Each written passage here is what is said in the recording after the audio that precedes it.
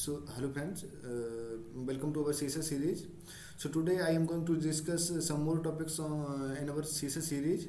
So the first topic that I will be discussing of will be the CSS syntax.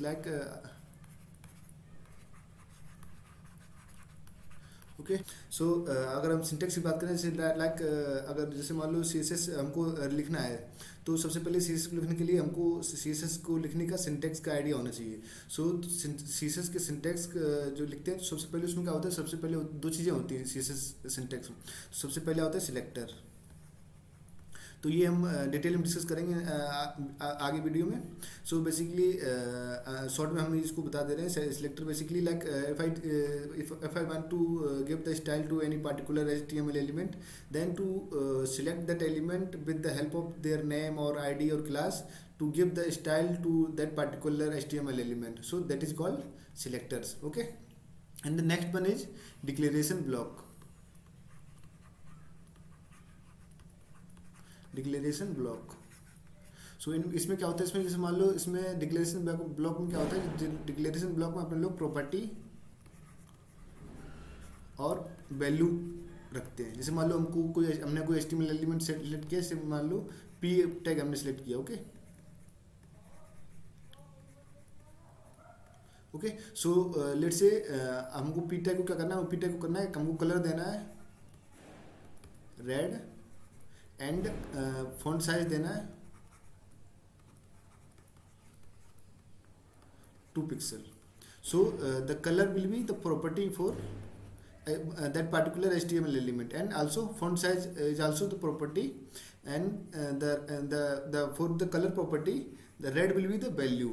Okay, and for the property font size the value will be 2 pixel.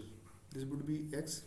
Okay, so in declaration block I will be writing the property and their value. Okay, so like if I just write down the one basic general CSS syntax, then the first then it would be like here would be selector, and after that I will be writing the properties and their value inside the curly braces. We will just put the curly braces here, and after that whatever the CSS we want to add to our particular element that is selected by the selector, that will be added here. Okay, so like say if I want to add the CSS to particular element like P, and I want to give them color red and font size 2 pixel. Okay, so the color will be the property and the red value the value. So this will be the syntax of the CSS. So now I am moving on to the next topic, that is CSS selector. Basically CSS selector क्या होता है, जैसे मान लो हमारे पास कोई HTML element है P, and inside P there is some text that is hello world. Okay,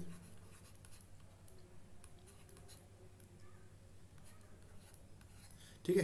अब हमको क्या करना है, हमको मान लो इस पर्टिकुलर पी एलिमेंट को हमको कुछ सीसेस देनी है.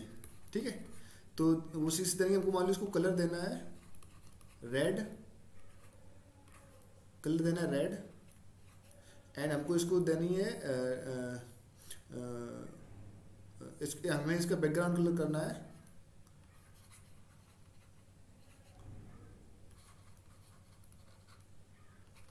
वाइट. ठीक है, तो अब इस एलिमेंट को ये दो प्रॉपर्टी सीएस की दो प्रॉपर्टी देने के लिए हमको क्या करना है, इस एलिमेंट को हमको पहले सिलेक्ट करना पड़ेगा. So to select this element by their name और आईडी और class, and whatever the medium you can select this particular p element, that is called selectors. So if I just discuss some most basic CSS selector that I will be using in the upcoming videos. So let me just first move on to the next new page.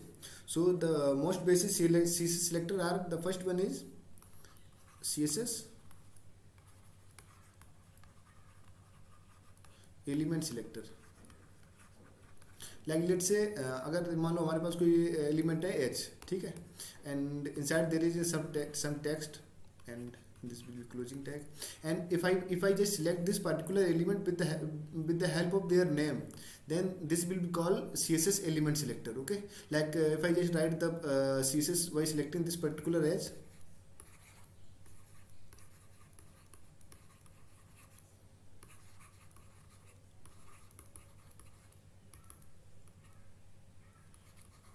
so this S is called CSS element selector. Okay, so if I just move on to the next most basic selector, that would be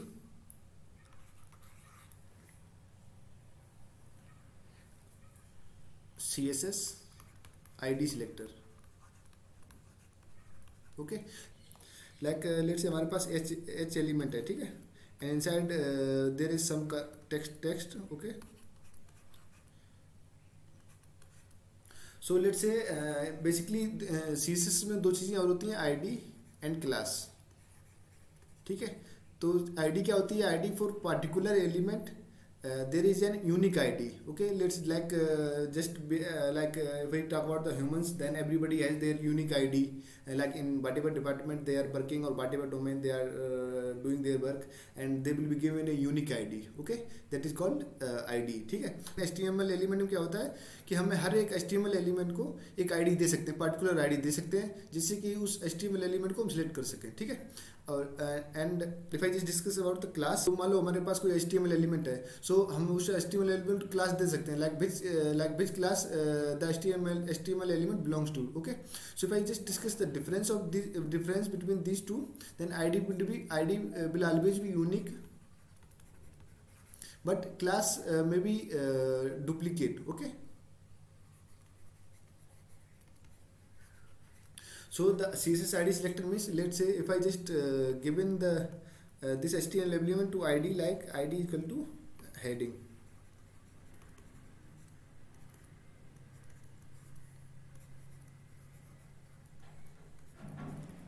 So to write the CSS for this particular element with the help of their ID, then this is called ID selector. So if I just write the one example, like we can select the this basically can select this element with the help of their ID heading.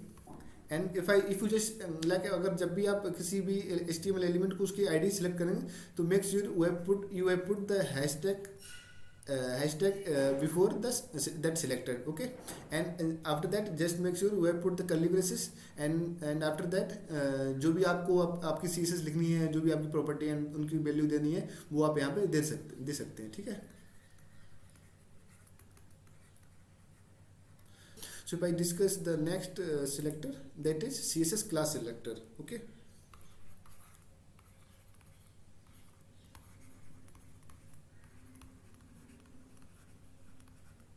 basically if we have any HTML element H, and I have given to this class as heading.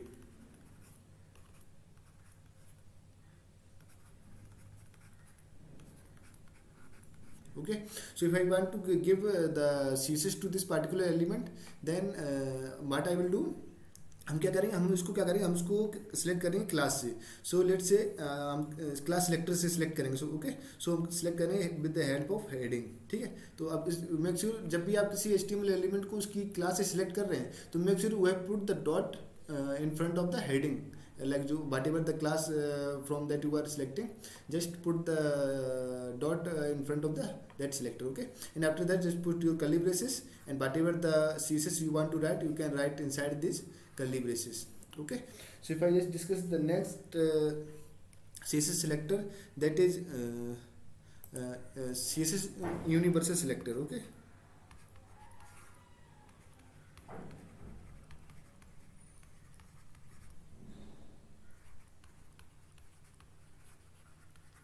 so if I just discuss about the universal selector, let's say we have a web page like this, and we have lot of HTML element E1, E2, E3, E4. Okay, and this is our whole HTML web page. Okay. So let's I am assuming हमको क्या करना है, हमको इस पूरे web page को particular CSS देनी है, ठीक है। तो हम इस वेब पेज को पर्टिकुलर सीएसएस देने के लिए क्या करें, हम या तो सारे एलिमेंट को इंडिविजुअली सिलेक्ट कर लें with the help of their ID selector, class selector और with the help of their name itself, okay.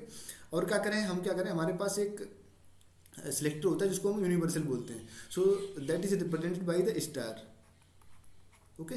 With the help of star, after putting the star, just put the curly braces and write your css what you want to add in your web page, okay. Like जो भी आप यहाँ css लिखें वो इसे आपके पूरे web page में अप्लाई हुई होगी, ठीक है।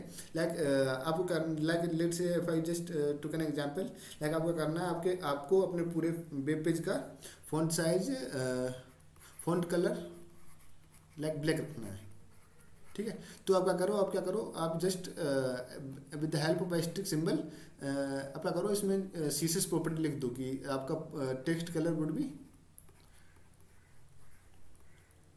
ब्लैक।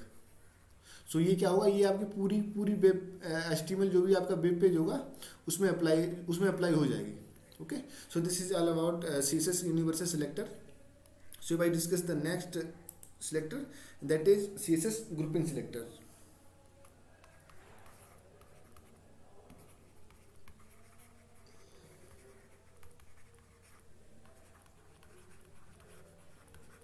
बेसिकली ग्रुपिंग सिलेक्टर क्या होते हैं, like let's say we have selected S1 and S2 and S3 and we have the CSS for this, and हमारे पास क्या है, हमारे पास इन सभी सिलेक्टर के लिए हमारे पास CSS लिखी हुई है, ठीक है।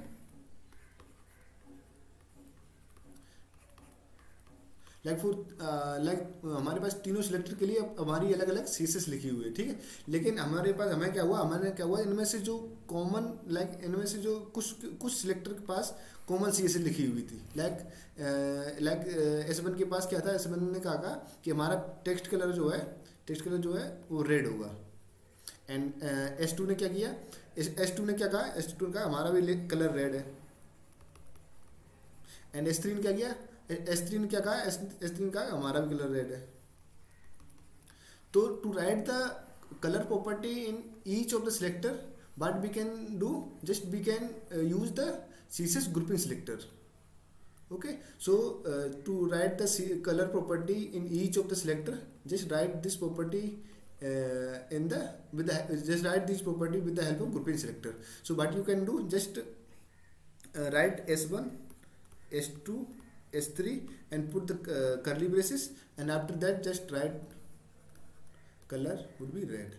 सो इसमें क्या होगा, इसमें जो आपके S1 सिलेक्टर, S2 सिलेक्टर और S3 सिलेक्टर हैं उनका कलर क्या होगा, वो रेड हो जाएगा, ठीक है। तो इसको क्या बोलते हैं, CSS grouping selector. So if I just so this is all about CSS grouping selector. हमको हम ये सीख चुके हैं कि हमको CSS लिखनी कैसे, एंड हमको हम सारा CSS के बारे में सीख चुके हैं। अब क्या है, हमको CSS को अब लिख तो सकते हैं, लेकिन हमको उस HTML पेज, जैसे मान लो हमारा कोई HTML पेज है दिस, ओके, एंड हमको इस HTML पेज में आपको CSS ऐड करनी है। तो उस CSS को ऐड कैसे करें, तो CSS बेसिकली तीन टाइप की होती है। CSS को बेसिकली तीन टाइप से ऐड कर सकते हैं। The first one is internal and the second one is external and the third one is inline. तो इंटरनल का मतलब क्या है, जैसे मान लो कोई आपका HTML पेज है, तो आप जो क्या है, आप उसकी CSS इसी पेज के अंदर लिख दो inside the style tag, okay. अगर आप जो भी किसी HTML पेज की CSS जो है उसी पेज के अंदर लिख देते हैं with the help of style tag, and that is called internal CSS, okay. So external CSS क्या होती है, जैसे आपको मान लो एक HTML पेज है, ठीक है, एंड आपने क्या किया, आपने इसकी CSS जो है एक अलग फाइल में लिख दी, ठीक है, and that would be .css file, okay. So आपको क्या करना है, इस फाइल को इस फाइल में अगर मान लो आपको CSS जोड़नी है, तो आपको इस फाइल को क्या है, इसमें लिंक करना पड़ेगा।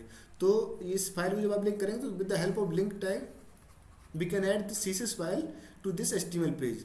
सो this is called external CSS, okay. And if I just discuss the next adding method, that is inline. Okay, so inline CSS क्या होती है, जैसे मान लो हमारे पास कोई एच हेडिंग है, ठीक है,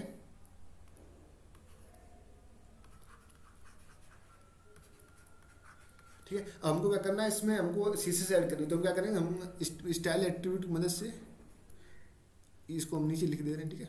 स्टाइल एट्रीब्यूट की मदद से हम क्या करेंगे, इसको स्ट्रिंग के अंदर जो भी हमको सीसेस देनी है वो हम दे देंगे। जैसे मान लो जैसे in the CSS declaration block I right the property and value. So in this you can just write the property and value inside this. Okay, so this is all about inline CSS. Okay, if I just have it so this is all about inline CSS. अब हम क्या करें, हम चलो थोड़ा practical देख लेते हैं। Like we have already, like हम जो भी सीएसएस डिस्कस करी, लाइक हमने सीएसएस को ऐड कैसे किया, सीएसएस को लिखा कैसे, वो हम चलो बीएस कोड में इसको के थोड़ा एग्जांपल देखते हैं कि कैसे हम ऐड करें। Like just first you need to make sure that you have installed the VS code in your machine, and after that just make sure you have made a folder CSS tutorial. So हम क्या करें, हम इसको CSS tutorial with the help of VS code से open कर लें, ठीक है।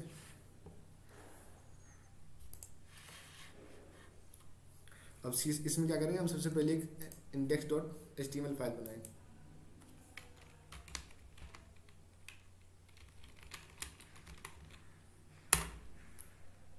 एंड हम क्या करेंगे, हम एक index.css फाइल बनाएंगे। Okay,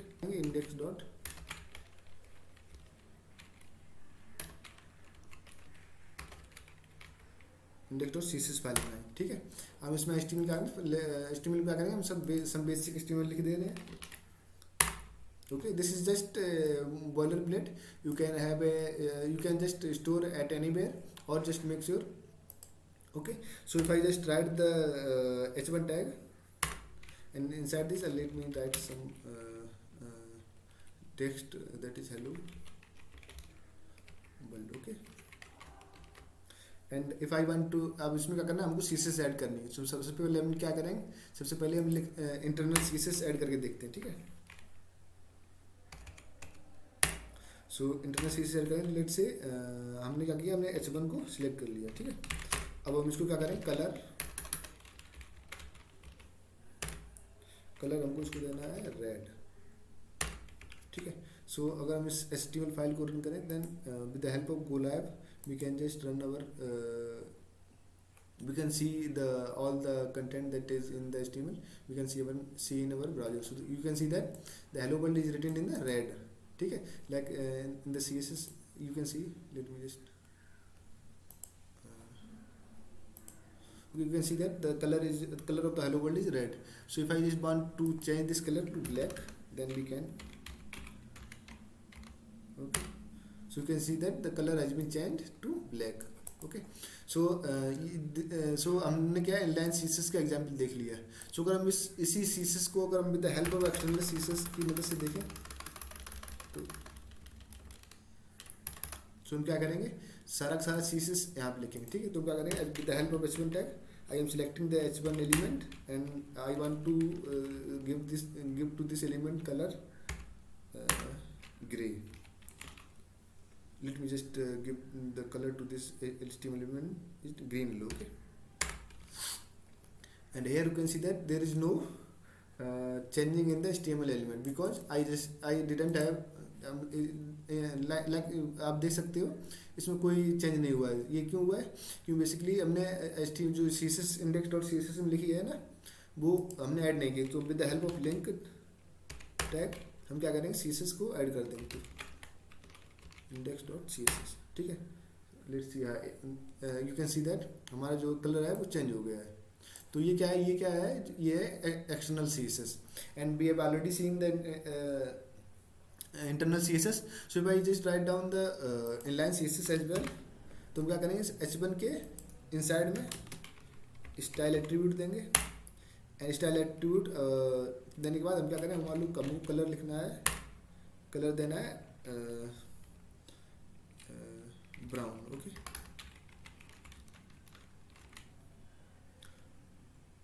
brown let me just give them color yellow.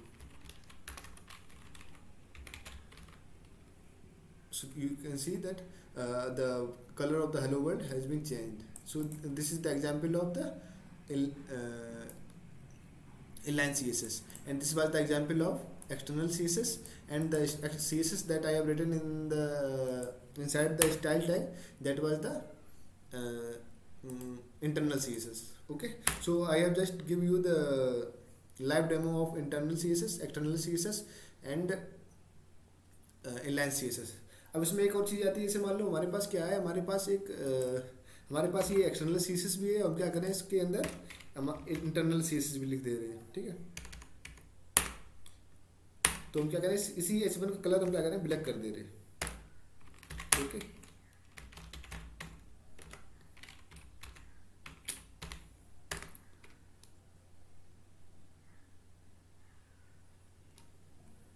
And इसको हम क्या करें, इसको मिटा दे रहे हैं, ठीक है।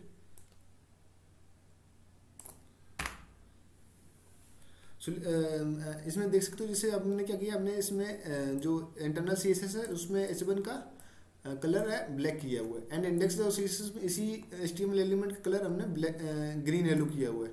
तो यू कैन सी दैट इसमें तो ग्रीन येलो तो दिख ही नहीं रहा हमको दिख रहा है ब्लैक। ये क्या हो रहा है, जैसे मान लो जब भी आप HTML एलिमेंट को जब ब्राउज़र में रिलोड करते हैं, तो जब भी जो सबसे लास्ट में आपको CSS जो ब्राउज़र को मतलब मिलेगी, वो CSS जो है HTML एलिमेंट पे अप्लाई होगी। लाइक जब भी ब्राउज़र इस HTML डॉक्यूमेंट को लोड करेगी, तो सबसे पहले ब्राउज़र को क्या मिलेगा, ये वाली CSS। तो उसने क्या दिखा कि हमारे पास इंडेक्स जो CSS H1 जो एलिमेंट है उसका कलर जो है वो ग्रीन येलो है। तो उसने क्या किया कि हाँ ठीक है, हमारा H1 जो है ग्रीन होगा।